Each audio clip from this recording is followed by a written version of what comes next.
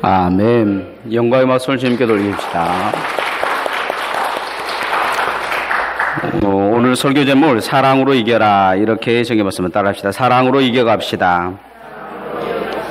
주일 낮 예배를 지금 요한 1서를 계속 보고 있는데요, 요한 1서에 가장 많이 나오는 단어가 사랑이라는 단어입니다. 요한은 원래 사랑이 많은 사람이 아니었어요. 예수님과 함께 사마리아를 내려오는 길에 사마리아 사람들이 예수님께 돌을 던지자 이 요한이 하는 말이 있어요. 예수님, 번개를 쳐서 확 꼬실라 봅시다. 이렇게 했던 이 요한이었어요. 우리의 아들이라, 번개의 아들이라는 별명을 가지고 있습니다. 번개로 꼬실라자 그래서 그를 이 다른 사도들이 보면서 늘 그랬는가 봐요. 성질이 번개 같다. 조선말로 하면 개떡 같다. 그런 말이죠. 그런데 이 요한이 마지막 시대까지 나이가 100살 이상 넘어가면서 그 환란의 시기간을 어떻게 이겨가느냐. 많은 사람들이 고난과 핍박을 가져다 주는데 그는 사랑으로 이겨가는 것을 볼 수가 있습니다. 현 시대에 점점 시대가 각박하고 힘들어져 가는데 5월 가정의 달이요, 또 교회와 나라와 또 경제와 정치를 전체적으로 봐도 힘든 상황입니다. 그러나 이런 시대일수록 이 요한의 말씀을 기억하고 사랑으로 잘 이겨가시는 성도들 되어지기를 소원합니다. 담배를 끊으려고 예수는 혼자 되신 할머니가 계셨어요. 담배를 끊으려고 50년을 노력했다고 합니다. 이제 나이가 드셔서도 끊으려고 했는데 포기를 했어요. 자녀들도 부담스럽고 손주들도 손주들을 안으려고 하면 할머니 담배 냄새나 하고 다 도망가서 담배를 끊어보려고 그렇게 애를 썼는데 담배 끊는 것을 실패한 것입니다. 그런데 어느 날 이 할머니가 담배 끊는데 성공을 했어요. 이유는 뭐냐면 어느 날 노인정에 갔는데 한눈에 반한 할아버지를 만난 거예요. 할아버지와 만나고 대화를 하고 차 한잔 마시는데 그 할아버지가 말 한마디 한 말이 이 할머니의 이 삶을 바꾸는 거죠. 이 할아버지가 뭐라고 이야기하냐면 저는 담배 냄새가 싫습니다. 이 말 한마디 할머니는 그날부터 각오를 하고 50년 동안 피운 담배를 싹 끊었다는 것입니다. 담배의 힘보다 사랑의 힘이 더 강하다는 것을 보여준 것이죠. 사랑의 힘은 이처럼 놀랐습니다. 세상을 변화시키고 특별히 한 사람의 인생과 운명을 바꾸어 놓기도 합니다. 그런데 모든 사람들에게 다 적용되는 것은 아닙니다. 모든 사람들을 다 사랑할 수 있느냐? 그렇지 않아요. 살다 보면 정말 꼴보기 싫은 인간들 많이 보지 않습니까?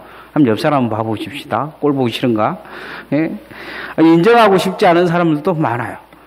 살다 보면 뭔 저런 배기 싫은 인간이 꼭 내 앞에 나타나서 난리를 친가? 이렇게 할 수도 있어요. 목사가 왜 저러나 그래요? 목사도 사람이라 그럴 때가 많아요. 그런데 나이가 먹으면 그런 사람이 줄어들어야 될 텐데 제가 나이가 조금 1살, 2살 먹어가니까 더 늘어나는 것 같아요. 전에는 마음에 들었던 사람도 점점 마음에 들지 않아요. 여러분은 꼭 안 그런 것처럼 얼굴 뻔뻔하게 하고 있는데 왜 이런 현상이 일어날까요? 사랑하면 되는데 왜 사랑이 안 되는 걸까요? 그것은 심리학자들은 뭐라고 이야기하냐면 태도의 문제다 이야기를 합니다. 사람이 나이가 들어가면서 살아가면서 태도가 조금씩 바뀌어져 가는데 자기 중심적인 태도로 바뀌어져 간다는 것입니다. 태도의 변화가 일어나지 않으면 사람은 누구도 사랑할 수가 없는 사람으로 바뀌어 간다는 거죠.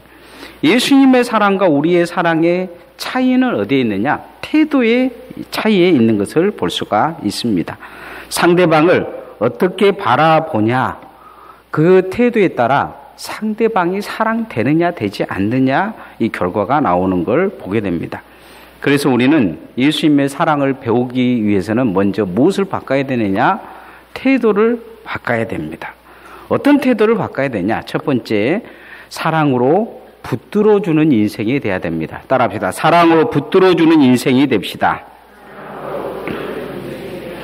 대부분의 사람들은 사람을 만날 때 무엇 때문에 사람을 만나냐면 이용 가치가 있기 때문에 만납니다. 그러죠. 인생을 살아가면서 처음에 어렸을 때 친구를 만날 때는요, 이용 가치가 있는 친구를 만나지를 않아요. 그냥 친구인 거죠. 그냥 죽었어요. 그런데 살면서 무엇을 배우느냐? 사람을 이용해 먹는 것을 배웁니다. 학교에서도 철저히 그것을 가르쳐 가요. 어른들도 그렇게 가르칩니다. 어른도 뭐라고 이야기합니까? 좋은 친구 만나라. 공부 잘하는 친구 만나라. 돈 많은 친구 만나라. 어떻게 그 이야기가 다르게 이야기하면 잘 이용해 먹을 수 있는 얘기를 만나라. 이렇게 가르칩니다. 그래서 사람은 점점 이용 가치로 바뀌어져 가는 것을 볼 수가 있습니다. 어느 순간 사람이 사람으로 보이지 않고 무엇으로 보이기 시작하냐? 이용 가치로 보여진 것입니다. 그래서 물건도 이용 가치가 떨어지면 폐품이 되듯이 사람도 이용 가치가 떨어지면 폐품처럼 보이는 것입니다. 사랑할 수 없는 사람으로 보이는 것이죠. 그런데 예수님은 이 다른 사랑을 하셨는데 어떤 사랑을 하셨느냐? 세상에서 버려진 폐품을 찾아가셨습니다. 이용 가치가 없는 사람들을 찾아가셨어요. 이용 가치가 없는 사람들을 찾아가셔서 주님은 말씀하시기를 내가 나를 이용하라. 주님은 자기 자신을 이용할 수 있도록 내주신 것을 볼 수가 있습니다. 사람을 이용하려는 마음으로 사랑이 절대 되지 않습니다. 우리가 사랑하는 사람들을 생각해 보면 금방 알 수 있을 것입니다. 내가 정말 사랑하는 사람은요, 이용해 먹으려고 하질 않아요. 그러죠? 내 자녀들 이용해 먹으려고 합니까? 아닙니다. 예. 내 부모를 정말 사랑하지 않은 자녀들은요, 부모도 이용해 먹지만 대부분의 부모들은 자녀를 이용해 먹지를 않아요.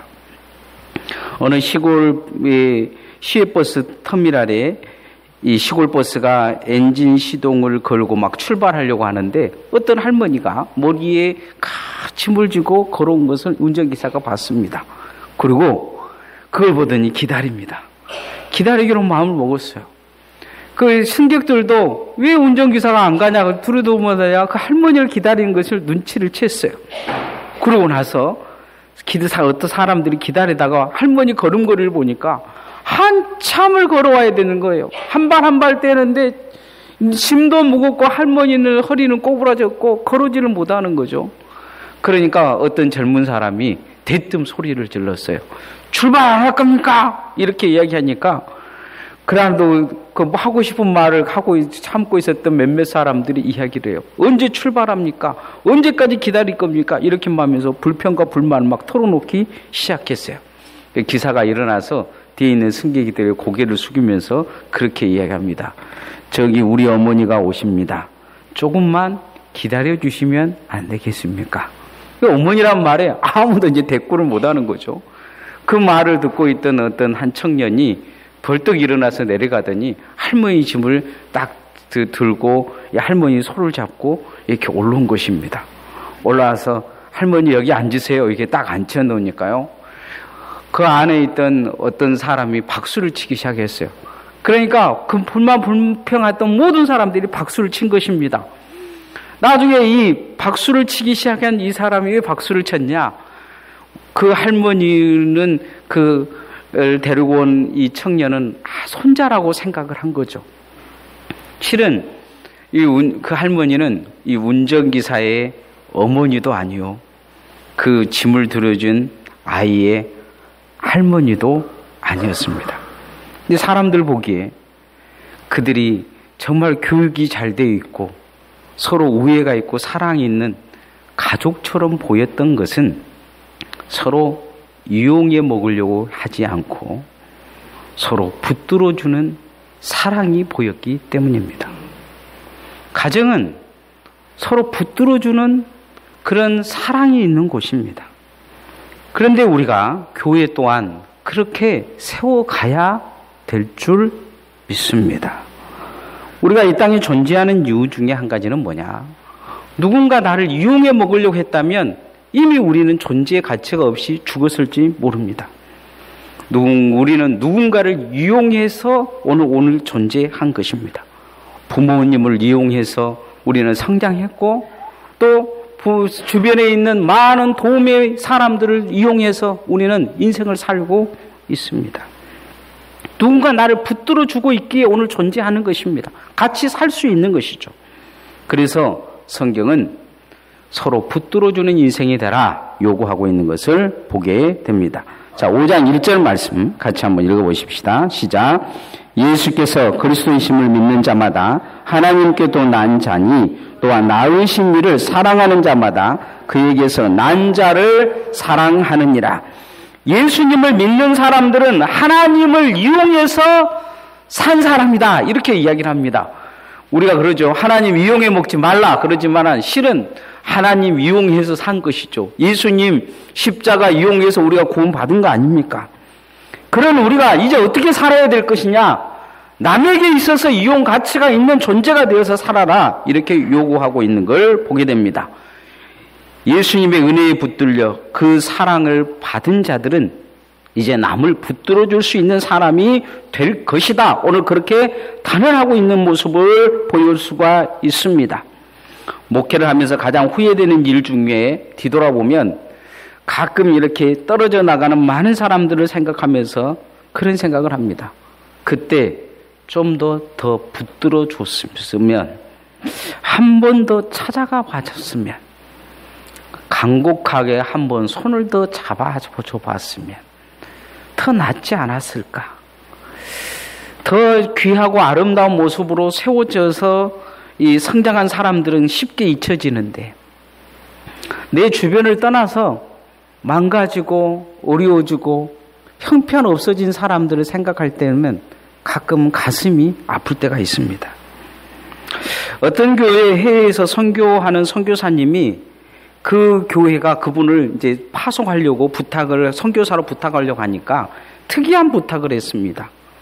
무슨 날마다 기도를 해달라는 게 아니고 돈을 많이 보내달라는 것도 아니고 이분이 뭐라고 부탁을 했냐면 선교사님이 후원금과 기도는 필요 없습니다.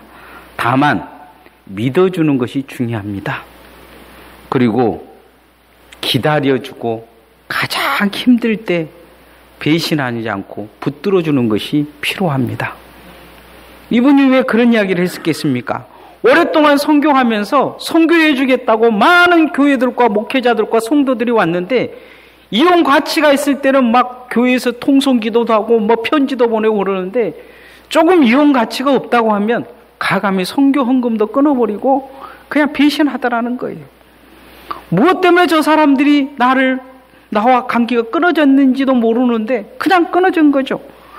이유는 자신의 생각에는 그 느낌이 있는 거예요.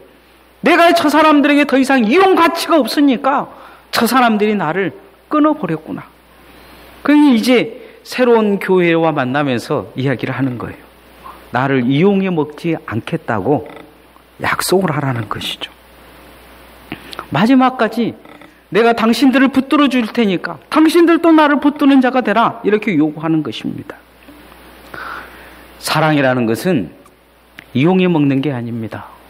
사랑은 내가 이용당할 수 있는 마음의 결심을 하는 것입니다. 누군가를 붙들어 주는 것이 사랑입니다. 우리가 신앙생활을 잘못하고 있는 것 중에 한 가지는 뭐냐? 끊임없이 불만과 불평이 있는 것은 내가 이용해 먹을 것이 없으니까 그러는 것이죠. 너무 이용해 먹는데 길들여져 있는 것입니다. 이용당하면 배신당한 것 같고 이용당하면 화가 나고 이용당하면 불편하고 그러나 내가 이용할 것이 없으면 불만과 불평이 가득하고 뭔가 하나님의 사람으로서 자꾸 결적 사유가 내 안에 생기는 것입니다. 사랑이라는 것은 붙들어 주는 것입니다. 이용 가치가 없는 사람들 예수님이 가서 붙들어 줘서 그들을 다시 이용할 수 있는 많은 사람들, 새로운 사람의 가치의 사람들로 만들어 준 것처럼 그렇게 하는 것이 사랑입니다. 자, 옆 사람에게 우리가 한번 이야기해 봅시다. 제가 붙들어 주겠습니다. 예. 저는 우리 교회에서 힘들고 어려운 사람들을 잘 붙들어주는 그런 성도들, 교회들 되어지기를 소원합니다. 두 번째, 사랑은 무엇든 모습으로 가져야 되냐? 아껴주는 것입니다. 따라합시다. 사랑은 아껴주는 것입니다. 사람이 사람을 아낄 때 눈빛을 보면 금방 알 수가 있습니다. 아끼는 사람은 보면 알 수가 있어요. 여러분이 이 자녀를 키울 때 아이들 그 초등학교 운동회 때 운동장에 가보셨지 않습니까? 그 많은 아이들 중에서 내 아이는 한눈에 들어옵니다. 우리 집사람하고 같이 가서 우리 집사람이 교회 아이들 많이 있지 않습니까? 교회 아이들 누가 있다고 막 이야기하는데 제가 미안하지만 교회 아이들이 누가 누군지를 잘 모르겠어요. 내 자식은 한눈에 들어오는데 교회 아들이 누가 누구인지를 잘 모르고요. 한참을 들여다봐 보여요. 이 마음이 그러는 거죠. 마음이. 여러분 눈초리가 그래요. 목사가 그래서 되겠냐? 어쩌겠어요. 눈이 그러는데. 사람이 그러는 거죠. 아끼면 눈빛이 다르고 삶이 다른 것입니다. 귀하게 보이는 것이죠. 그러나 아끼지 않으면 생각이 다릅니다. 천하게 보이는 거예요. 폐품처럼 보이는 것입니다. 그 아끼는 마음, 그게 뭐냐? 사랑입니다. 그 아끼는 마음이 없는 게 문제인 것이죠. 우리가 교회 안에나 성도들과 가정 속에서도 그렇습니다. 내 자녀를 아끼는 마음이 사라져버렸다. 그 회개해야 됩니다. 내 부모를 아끼는 마음이 사라져버렸다. 회개해야죠. 내 남편과 내 아내를 사랑하는 마음이, 아끼는 마음이 없어졌다. 회개해야 됩니다. 우리가 성도들 가운데도 마찬가지입니다. 너는 교회 안 나와도 돼. 그러면 그것같이 나쁜 말이 어디가 있습니까? 그렇게 나오든지 말든지 무관심하다면 그것도 문제인 것입니다. 예수님은 그가 누구든지 귀하게 여기셨습니다. 특히 예수님은 누구를 귀하게 여기셨느냐? 남들에게서 버림받은 사람들을 귀하게 여기셨습니다. 죄인들을 만나서 그따위로 살 것이냐? 이렇게 말씀하지 않으셨습니다. 마태를 만나면서 그따위로 살 거냐 이야기하기보다 나를 따라오라. 내가 너를 아껴주겠다. 버림받아서 세상에 이 역적이 되어서 이 민족을 배반하고 사는 너, 내가 아껴줄 테니 나를 따라오라. 마태에게 그렇게 말씀하셨습니다. 주님 3번 배신한 베드로에게, 갈릴리에서 고기나 잡고 있는 베드로에게 주님이 고기를 구워주시면서 말씀하십니다. 내가 나를 사랑하느냐? 주님 말씀하십니다. 주님, 우리 같으면 어쩌겠습니까? 그따위로 목회할 거냐? 때려쳐라. 그렇게 배신할 거냐? 이렇게 얘기하겠지만, 그러나 주님은 그렇게 말씀하셨습니다. 내 약을 너에게 맡기겠다. 나는 너를 믿는다. 나는 너를 신뢰한다. 이렇게 말씀하셨습니다. 내가 너를 아낀다. 내가 너를 정말로 아끼고 사랑하니 내 약을 너에게 맡기겠다. 이렇게 말씀하셨습니다. 전하다, 죄인이다, 잘못 살았다 무시하고 멸시하지 않으셨습니다. 그렇게 각인시켜주기보다 내가 너를 아끼고 사랑한다고 각인시켜주셨습니다. 주님이 무시한 사람들이 있었습니다. 그 누구냐? 바리새인과 사두개인들이었습니다. 좀 배웠다고, 좀 있다고, 좀 안다고 많은 사람들 무시한 이들에게 주님이 철저히 무시하면서 저주하셨습니다. 너희들의 그 무시로 너희들이 화를 당할 것이다. 이렇게 말씀하셨습니다. 예수님은 가치 있는 사랑을 하셨습니다. 우리도 이런 가치 있는 사랑에 아낌이 있어야 될 줄 믿습니다. 2절 말씀 같이 한번 읽어보십시다. 시작. 우리가 하나님을 사랑하고 그의 계명을 지킬 때에 이로써 우리가 하나님의 자녀를 사랑하는 줄을 아느니라. 우리가 하나님을 사랑하고 하나님은 그의 계명을 우리가 지킬 때에 우리는 한 가지를 깨닫는 게 뭐냐? 하나님이 나를 아껴주시는 것을 깨닫게 됩니다. 내 같은 죄인을 하나님이 나를 이렇게 아껴주시는구나. 이걸 깨달으면 형제들과 교회와 가족과 모든 사람들을 아낄 수 있는 사람이 될 거라는 것입니다. 하나님의 자녀를 사랑할 줄 알 거라는 거죠. 아낄 줄 알 거라는 것입니다. 너무도 추운 겨울날 고슴도치 2마리가 서로 몸을 따뜻하게 가까이 다가갔습니다. 추우니까 다가간 거죠. 다가가는데 아픈 거예요. 왜냐하면 이 가시를 접지 않고 다가갔기 때문입니다. 그래서 떨어졌어요. 떨어지니까 또 추운 거죠. 추우니까 다시 가까이 간 거예요. 또 아파요. 그래서 또 떨어진 거죠. 고슴도치 딜레마입니다. 가까이 갈 수 없는 것이죠. 고슴도치는 5,000개의 가시를 가지고 있다고 합니다. 그런데요, 이 5,000개의 가시를 가지고 있는 고슴도치도 사랑을 해서 새끼를 낳습니다. 사랑을 하면 이 고슴도치가 태도가 달라지는데요. 5,000개의 가시를, 그리고 2개가 서로 만나면 몇 개가 되겠어요? 10,000개죠. 고슴도치 사랑하는 2마리가 만나면요, 이 10,000개의 가시가 서로 몸에 닿지 않게 최대한 가시를 접는다고 합니다. 접을 수 있는 데까지 최대한 접어서 다른 사랑하는 고슴도치가 가시에 찔리지 않게 최선을 다한다고. 그 사랑하는 고슴도치가 옆에 다가오면 힘을 다 줘서 최대한 접는다고 합니다. 내가 미워하는 고슴도치 누군가가 오면 이 고슴도치는 최대한 힘을 줘서 그 5,000개의 가시를 쫙 펴갖고 밤송이가 돼서 그 닿기만 하면 고통이 오도록 편다고 합니다.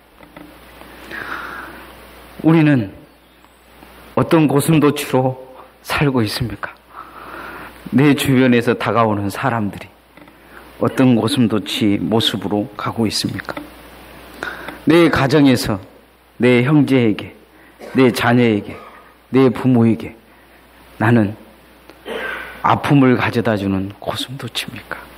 아니면 내 최대한 힘을 통해 상처 주려고 안 하고 말 한마디라도, 생각 하나라도, 행동 하나라도 최선을 다해서 사랑을 베풀어주고 아껴주는 고슴도치입니까?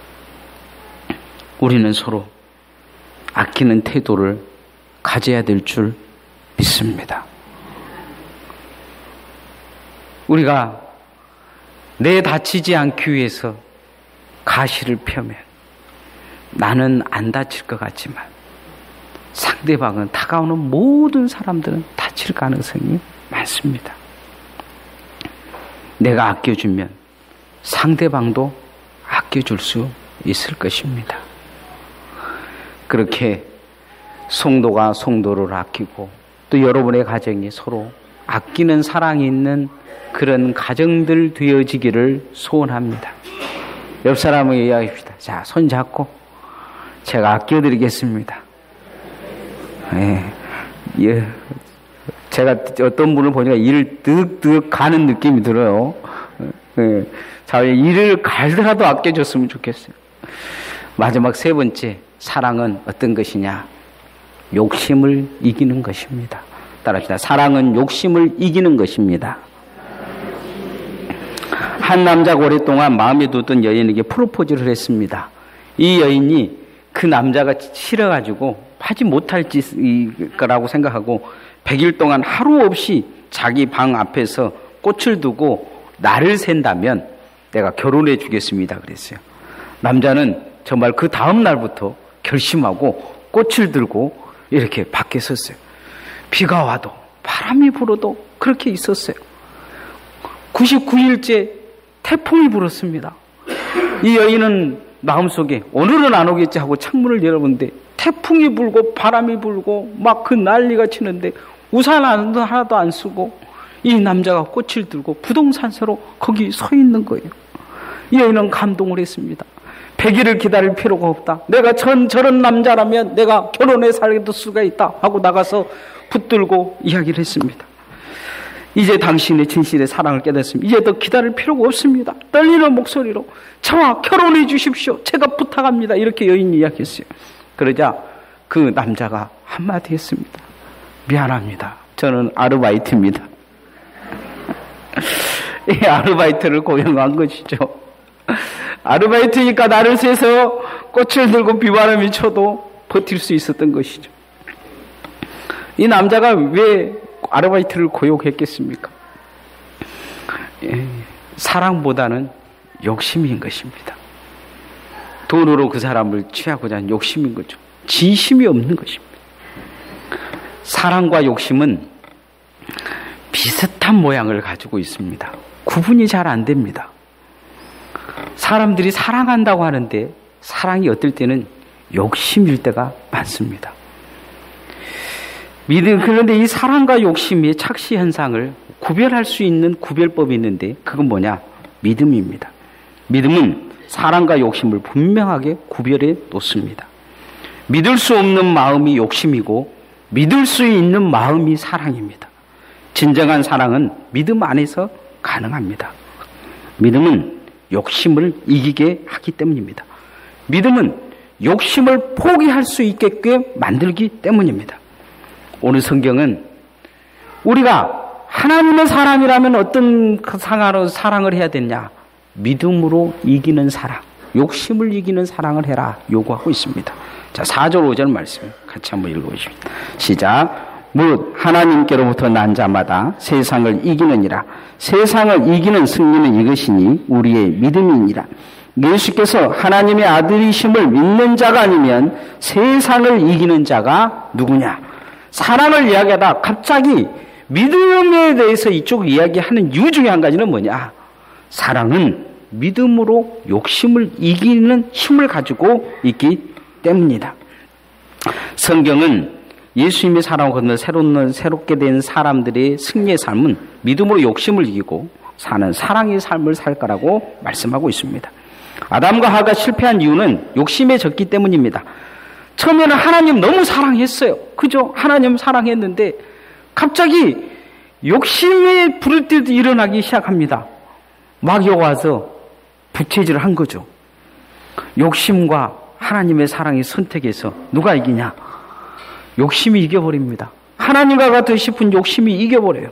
그래서 이 욕심은 인류에게 비극적인 결말을 가져다 주게 되는 걸 보게 됩니다. 욕심을 이기고 사랑하는 마음을 지키는 것이 뭐냐? 믿음입니다. 아담이 믿음이 있었다면 욕심을 이기고 하나님을 사랑했을 것입니다. 그래서 오늘 성경은 우리가 이기는 것은 무엇이냐? 세상을 이기는 승리는 믿음이다. 이렇게 말씀하고 있습니다. 욕심은 사람을 절대 이기려고 합니다. 욕심 있는 사람 절대 지려고 하질 않아요. 그죠? 그러나 사랑이 있는 사람은 져줍니다. 연인들의 사랑을 연구한 사람은 51%의 사랑을 가지고 있는 사람이 49%의 사랑을 가지고 있는 사람에게 늘 져준다고 합니다. 진 사람이 어떤 사람이냐? 사랑이 많은 사람이죠. 교회 안에서도 큰 소리 친 사람들보다도 그냥 조용히 사는 사람들이 사랑이 더 많다고 합니다. 왠지 아십니까? 져주기 때문입니다. 이기려고 하는 사람들은 늘 자기 중심의 이야기를 써요. 그래서 보면 세상에도 큰 소리 치는 사람들이 배부르고 큰 소리 치는 사람들이 많이 먹고 그런 거죠. 그런데 그러다 보면 그 사람들은 점점 사랑이 마이너스가 되어져 가는 경향이 있다고 합니다. 힘이 없어지는 것이 아니라 사랑이 많기 때문에 지는 것이라고 합니다. 부모님의 사랑이 그렇고 하나님의 사랑이 그렇습니다. 부모가 자녀에게 늘 지는 이유는 사랑하기 때문입니다. 사랑은 욕심을 이기는 것입니다. 그리고 줘주는 것입니다. 저는 여러분이 신앙생활에서 그 누군가에게 이기려고 하기보다 줘주고 신앙생활에 욕심을 내기보다 조금 더 사랑의 삶으로 바뀌어져 가는 그런 은혜의 사람들로 변해갈 수 있기를 소원합니다. 이제 말씀으로 결론을 맺으려고 합니다. 사랑으로 이겨라. 오늘 성경 말씀은 그렇게 말씀하고 있습니다. 사랑은 붙들어 주는 것입니다. 서로 잘 붙들어 주십시다. 사랑은 아껴주는 것입니다. 서로 잘 아껴 주십시다. 사랑은 욕심을 이기고 져주는 것입니다. 내 욕심을 접고 좀 더 남을 이기려고 하지 말고 져주고 그리고 아끼는 성도들 되어지기를 소원합니다. 찬양하겠습니다.